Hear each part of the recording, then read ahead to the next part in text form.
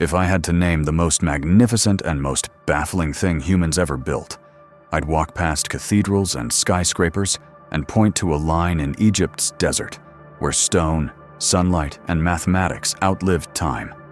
The Great Pyramid of Giza. Tonight, on Chronicle of Secrets, we step inside that riddle. 2.5 million blocks, each about the weight of a car. Faces so subtly indented, the pyramid becomes 8-sided only when the light is right. A body of stone that speaks to true north and seems to echo Orion's belt. Some say 5,000 years, others 12. Some say royal tomb, others a message from a world that fell before the first pharaoh wore a crown. Then comes the second act, Tutankhamun, and the lives changed by opening his tomb. A dagger forged from a meteorite. CT scans and genetic clues. Whispers of mold and microbes behind a so-called curse. This isn't a ghost story. It's a forensic expedition across sand and centuries, where history and hypothesis collide. Lean in. Suspend certainty. Let's walk into the city of stone. The Great Pyramid of Giza stands as the kind of puzzle that refuses to shrink with time.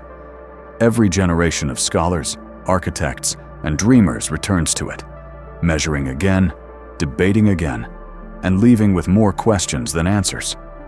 Officially, Egyptology anchors the structure in the 4th dynasty, about 2560 BCE, a project of Pharaoh Khufu. On the plateau, Khafra's pyramid rises just behind it. Menkaura's stands slightly smaller, and the Sphinx keeps eternal watch. This is the standard framework, textbook history, carefully excavated, consistently taught. And yet, when you look closer, the stones seem to whisper that the story might be wider than the syllabus. Take, for example, the peculiar 8-sided effect. Each face of the pyramid isn't flat, but gently indented along its center line, creating 8 distinct surfaces. You won't notice it at noon, but when the sun sets at an angle, or during equinox light, the geometry reveals itself. To dismiss this as accident is to underestimate the builders. This was no slip of the hand. It was an intentional choice, carved into stone on a scale that defies casual workmanship. Imagine hundreds of men, armed with copper chisels and ropes, carving not only for height, but for optical precision. Whether or not we understand why, they clearly cared about more than simply stacking blocks. They were composing something in stone that engaged both structure and symbolism. Then there's the structural philosophy. Modern skyscrapers rely on steel skeletons. The pyramid has none. Its stability rests entirely on the mass and angle of stone blocks, interlocked in staggering simplicity. It's architecture by gravity, not by reinforcement. To me, that is a different kind of genius, an austere, mathematical beauty. Like a symphony where the silence between notes is as important as the notes themselves. The finish and fit of the interior blocks deepen the mystery. Step inside, and you find seams so tight you could barely slide a credit card between them. It challenges the easy assumption that ancient construction was inherently rough or imprecise. Here, precision is not the exception, it is the rule. And the fact that we don't fully grasp the methods today doesn't diminish their accomplishment. Instead, it reveals how narrow our imagination can be when it is bound only by what modern machines can do. Numbers make the challenge clearer. Historians estimate 2.3 to 2.4 million blocks, each weighing 2 to 4 tons, with some far heavier. That's not a metaphor, that's logistics. Picture hauling one stone across the desert, ropes digging into your palms, wood sledges groaning under the load.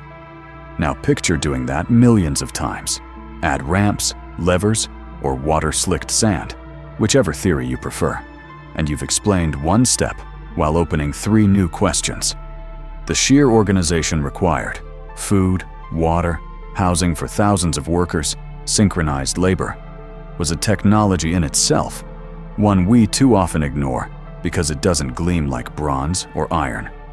And yet, despite every argument, despite the theories and counter-theories, the pyramid remains. It doesn't care which model of ramp we draw on paper. It doesn't defend itself, nor does it confess. It simply stands, a fact in stone. A fact that challenges us to reconcile two truths. It was built by human hands, and it still feels bigger than human comprehension. Yet stone alone is not the full story. If we step back from the blocks and look upward, the mystery expands. Because these monuments are not just rooted in the ground, they are aligned with the sky.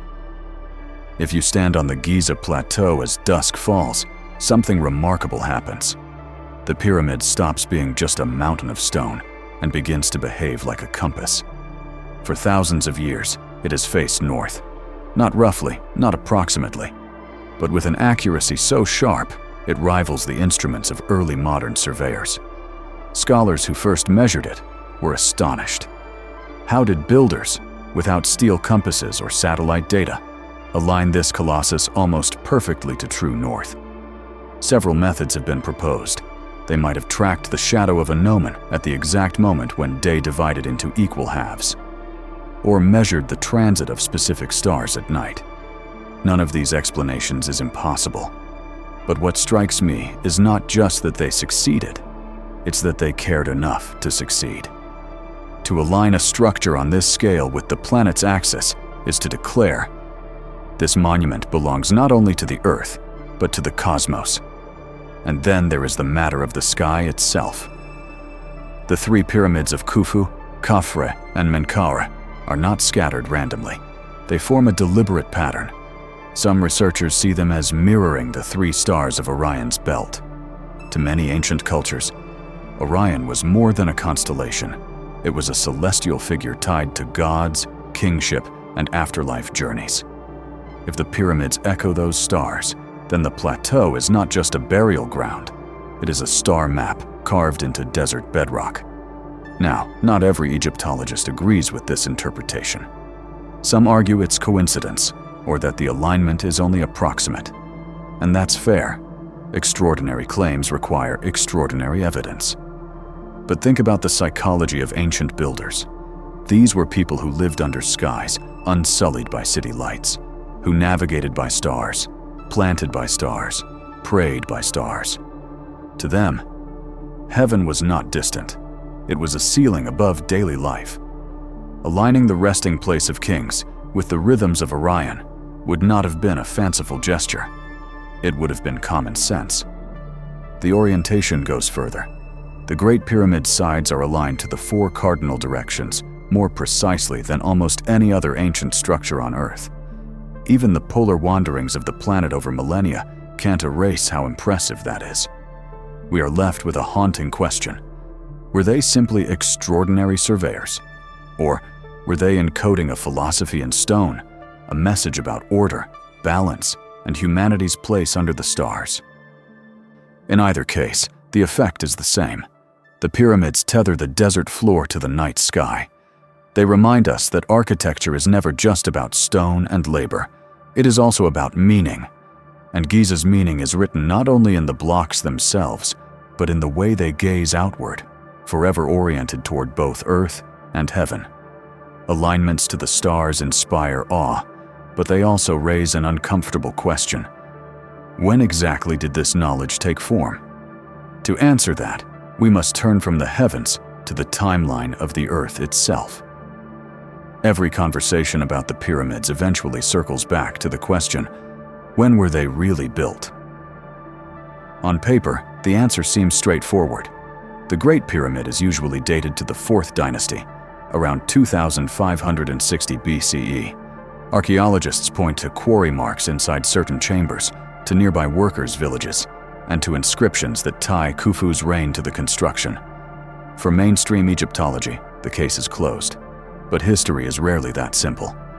Outside the textbooks, there is a second story, one written in weathered stone and puzzling geology. Look at the Sphinx, carved from the bedrock of the plateau.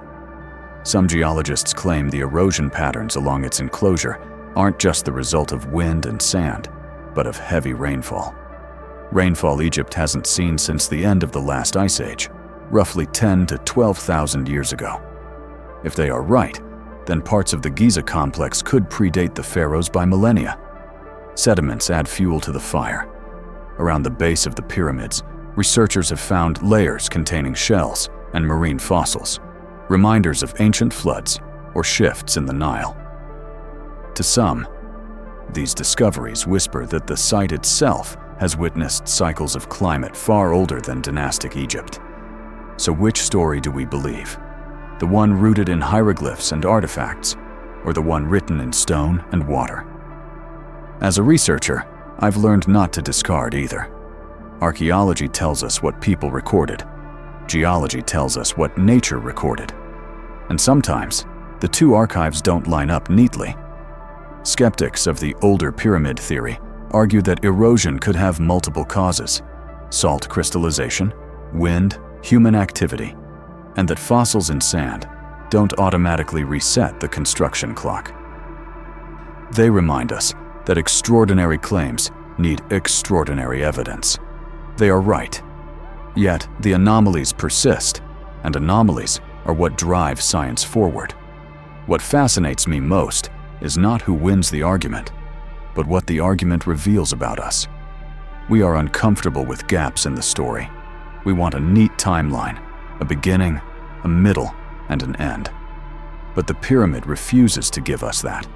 It forces us to admit the possibility that the past is messier, older, and more complex than we imagine. Whether built in 2560 BCE or centuries earlier, the pyramid stands as a reminder that dating isn't just about numbers, it's about perspective. 1,000 years here or there may not matter to stone, but it matters to us because it changes the way we see ourselves in history. And perhaps that's the deeper secret. The pyramid isn't only a monument to the past, it's a mirror, reflecting how desperately we want to know where we came from. Debates over dating remind us how fragile our certainties can be. But no matter when the pyramids rose, the deeper puzzle remains. How did ancient builders achieve such feats with the tools of their time? When we talk about technology, our minds leap to machines, engines, circuits, alloys, computers. But at Giza, technology looks different.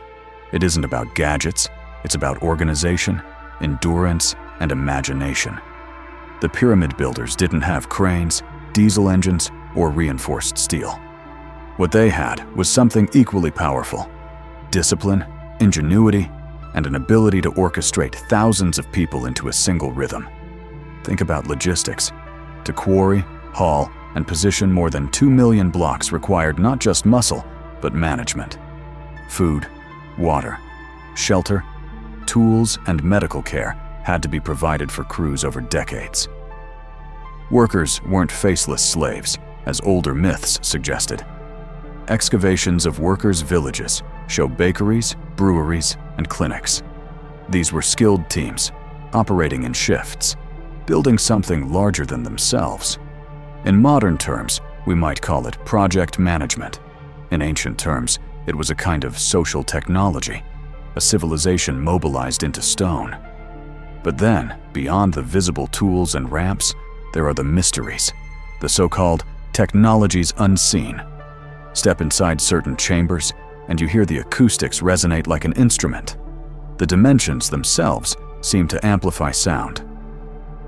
Some engineers have speculated that the geometry could focus vibrations or electromagnetic fields, a phenomenon sometimes called pyramid energy. Mainstream science is cautious here, and rightly so. Many extraordinary claims about the pyramids have collapsed under scrutiny. Still, the fact remains. People feel something unusual inside those walls. Whether it's physics, psychology, or ritual design, the experience is real. Consider also the precision of the joints. Stones cut and set so tightly that even modern blades can't slip between them. Was this simply a result of relentless trial and error? Or did they employ measuring systems, jigs, or abrasives we've overlooked? We don't know. That gap between what we see and what we can explain is exactly where mystery thrives. And then there's preservation.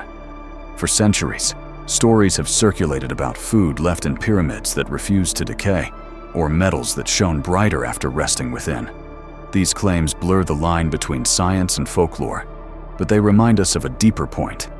The pyramid is not only a tomb, it is an environment, a microclimate engineered by stone. Inside, the air is still, the temperature stable. That stability itself is a kind of technology, one that helped mummies survive for millennia. When I walk away from Giza, I don't see a civilization of primitives hauling rocks with blind devotion. I see a people who mastered the technologies of their own time, tools of measurement, organization, and material science that allowed them to reach into eternity. Some of those tools are visible in fragments and artifacts. Others may have vanished or been so simple and clever that we fail to recognize them. The truth is, unseen technology doesn't always mean alien. Sometimes it means human in ways we no longer understand. Technology explains the stones, but not the stories. And Egypt is not only a land of monuments, it is a land of people. Among them, none captures the world's imagination more than a fragile boy king who died young but lived forever in legend. Say the name Tutankhamun out loud, and it almost feels like an incantation. The boy king of Egypt ruled for less than a decade, died before the age of 20, and yet became one of the most famous figures in history. Not because of his achievements in life, but because of what was found after his death, and the mysteries that followed. When Howard Carter pried open Tutankhamun's tomb in 1922, the world gasped. Thousands of objects, golden shrines, jeweled masks, carved furniture, weapons, even toys, lay sealed in near-perfect condition, untouched for more than 3,000 years. It was as if time itself had been bribed to wait.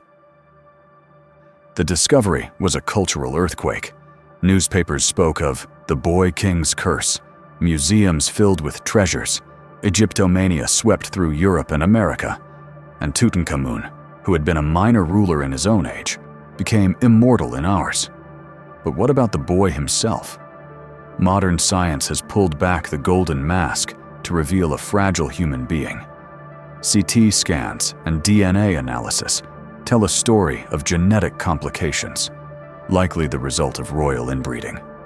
Tutankhamun had a clubfoot, signs of bone disease, and evidence of repeated malaria infections. He probably needed a cane to walk. Far from the glamorous warrior king often imagined. He may have limped through life in pain, his health compromised from birth. His death remains one of archaeology's great debates. Was it an accident? Perhaps a fall that fractured his leg and triggered infection? Was it illness, compounded by malaria? Or, as some once speculated, was it murder? The hole in the back of his skull fueled decades of conspiracy theories. Yet recent imaging suggests that hole may have been made during the embalming process, not by an assassin. The truth is frustratingly elusive, caught between bone, disease, and fire damage from a botched mummification. And then, of course, there is the curse. Lord Carnarvon, who financed Carter's expedition, died suddenly after the tomb was opened. Others in the expedition met strange fates, illnesses, accidents, unexplained deaths. Was it coincidence? Probably. Some scientists point to toxic mold spores sealed inside the tomb that could have attacked weakened immune systems. But in the public imagination, science never quite silenced the whisper. The idea of a curse endures because it captures something essential: the sense that disturbing the dead has consequences, whether from microbes or from myth. Among the most fascinating artifacts were Tutankhamun's weapons, particularly a dagger with a blade forged not of earthbound iron, but of meteoritic iron. Quite literally, a blade from the sky. To the ancient Egyptians, this was divine metal, fallen from the heavens, hammered into a weapon fit for a king. Holding it today, you realize it is both practical and symbolic, a reminder that the Egyptians reached beyond their desert to claim the stars themselves. For me, Tutankhamun embodies the paradox of ancient Egypt. A frail boy becomes a god in death. A minor ruler in history becomes the most famous pharaoh in the modern world. His tomb is both treasure chest and laboratory, both shrine and crime scene. And his story, like the pyramids, reminds us that the line between myth and science is never clean. Tutankhamun was not just a boy who became king. He was a mirror that still reflects our fascination with death, eternity, and the fragile hope that something of us might survive beyond the grave. Treasures and curses make Tutankhamun unforgettable, but the pyramids themselves hold their own power over those who dare to enter. Across centuries, even the strongest leaders and curious explorers emerged from the king's chamber, forever altered. History records battles, treaties, and dynasties. But sometimes, the most enduring stories are the quiet ones, moments when a single person steps into the unknown and comes back changed.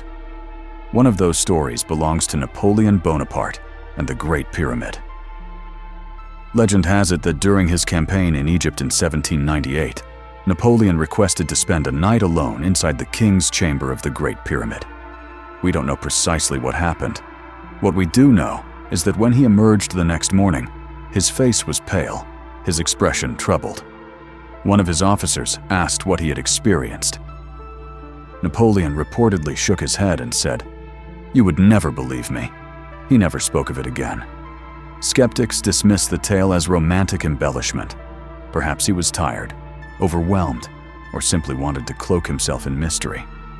But the fact that the story endured for centuries tells us something.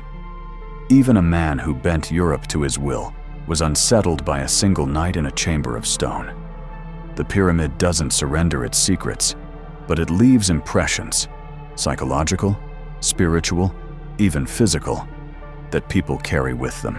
Decades later, another account emerged.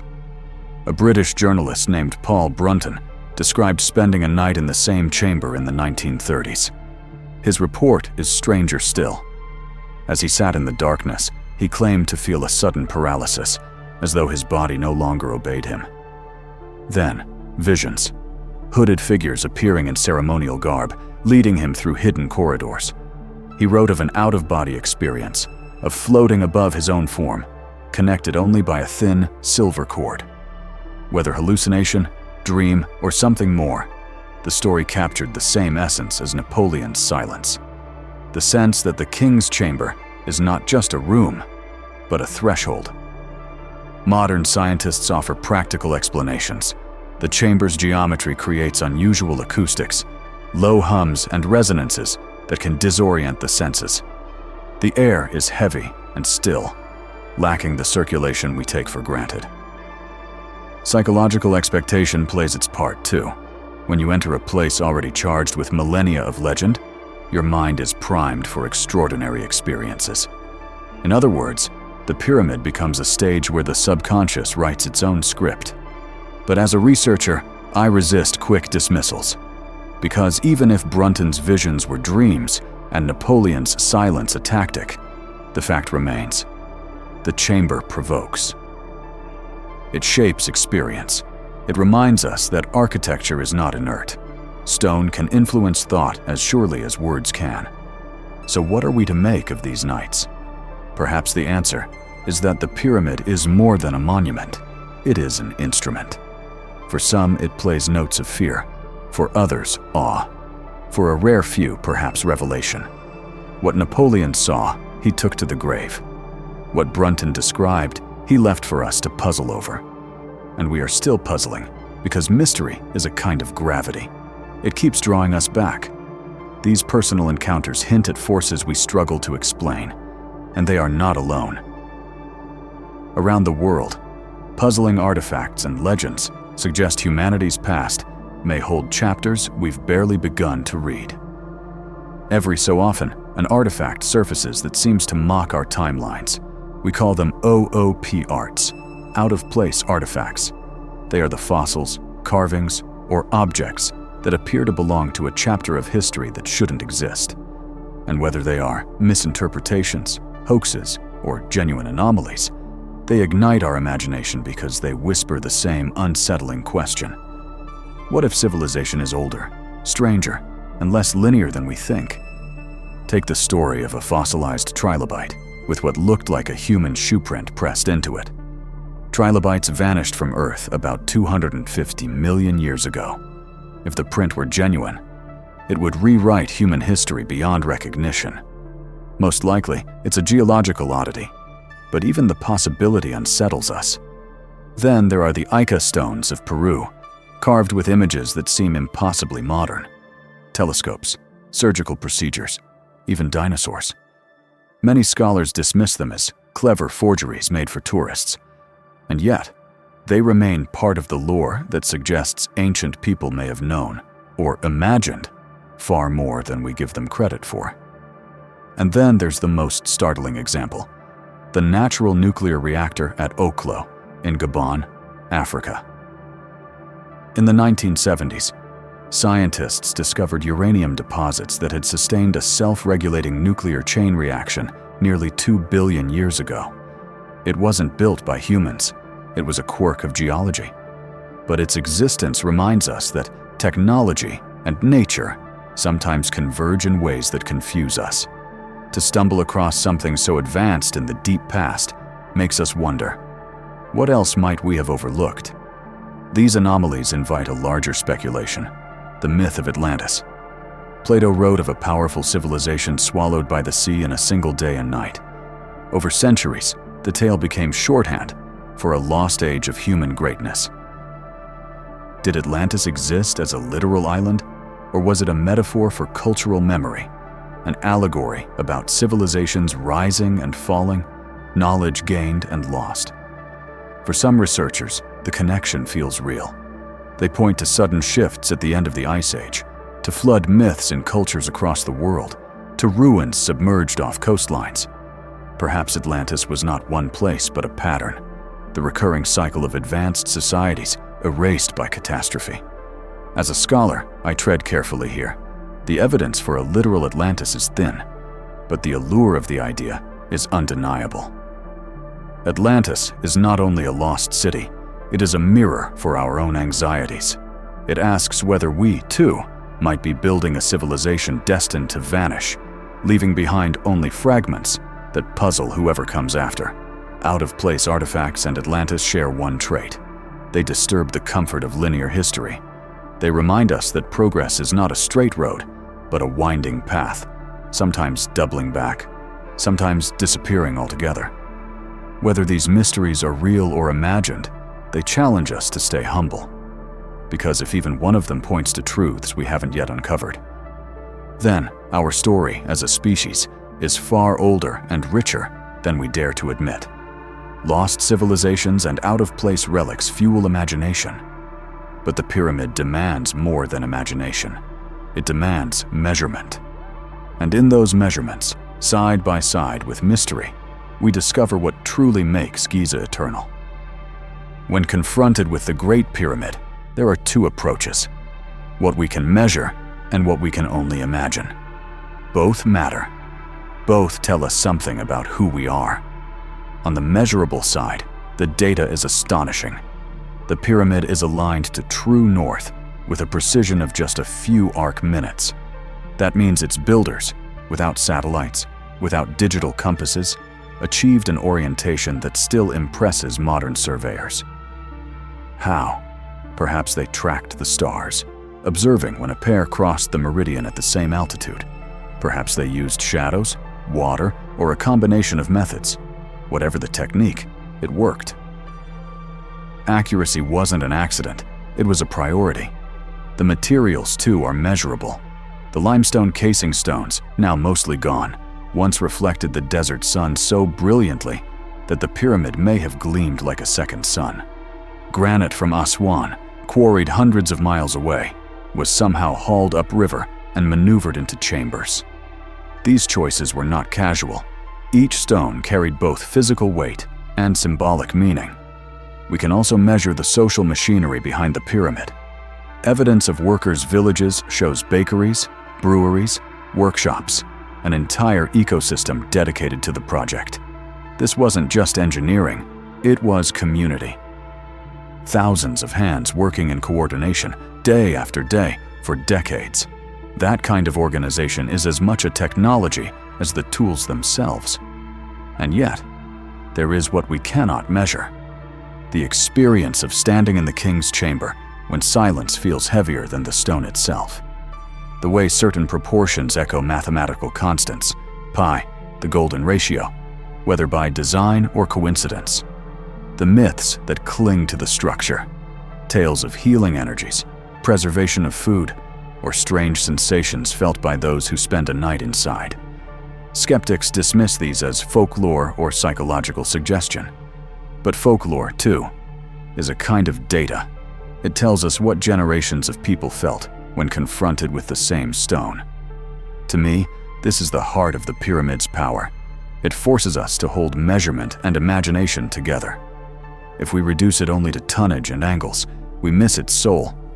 If we treat it only as a mystical portal, we miss the discipline and genius of its builders. The truth lives between those poles. Perhaps that's the ultimate lesson. The pyramid teaches us that human achievement is not just physical, it's symbolic. It is stone and story, geometry and myth, endurance and imagination. One side can be measured, the other can only be felt. And both are real. The Great Pyramid is not asking us to choose between science and mystery. It's asking us to live with both. A story is told of a general who once spent a single night in the king's chamber and walked out changed, unwilling to say why. I think I know. The pyramid doesn't hand out answers. It asks a question. Will you earn me? To earn it is to hold wonder and discipline in the same hand. To test legends without mocking them. To let a boy king's fragile bones remind us of the humanity behind the gold. To read the sky without forgetting the quarry. And to admit that people with fewer machines than us often had more patience than us, and that patience can look like magic. Civilizations, like people, face a choice, nostalgia or curiosity. The Great Pyramid is a monument to curiosity, the kind that aligns perfectly with the north and carves 8 subtle faces into stone, simply because the geometry demanded it. We may never resolve every debate about dates, alignments, or hidden energies, but we can resolve this. The stones are a promise that human intention, sharpened by mathematics and shaped by community, can bend the desert into meaning. If that's not a secret worth chronicling, nothing is. And this is Chronicle of Secrets. If tonight's journey stirred your imagination, I'd love for you to like this video, share it with friends, and subscribe so you never miss the mysteries still ahead. Because there are more riddles waiting, and some of them are already watching us from the dark.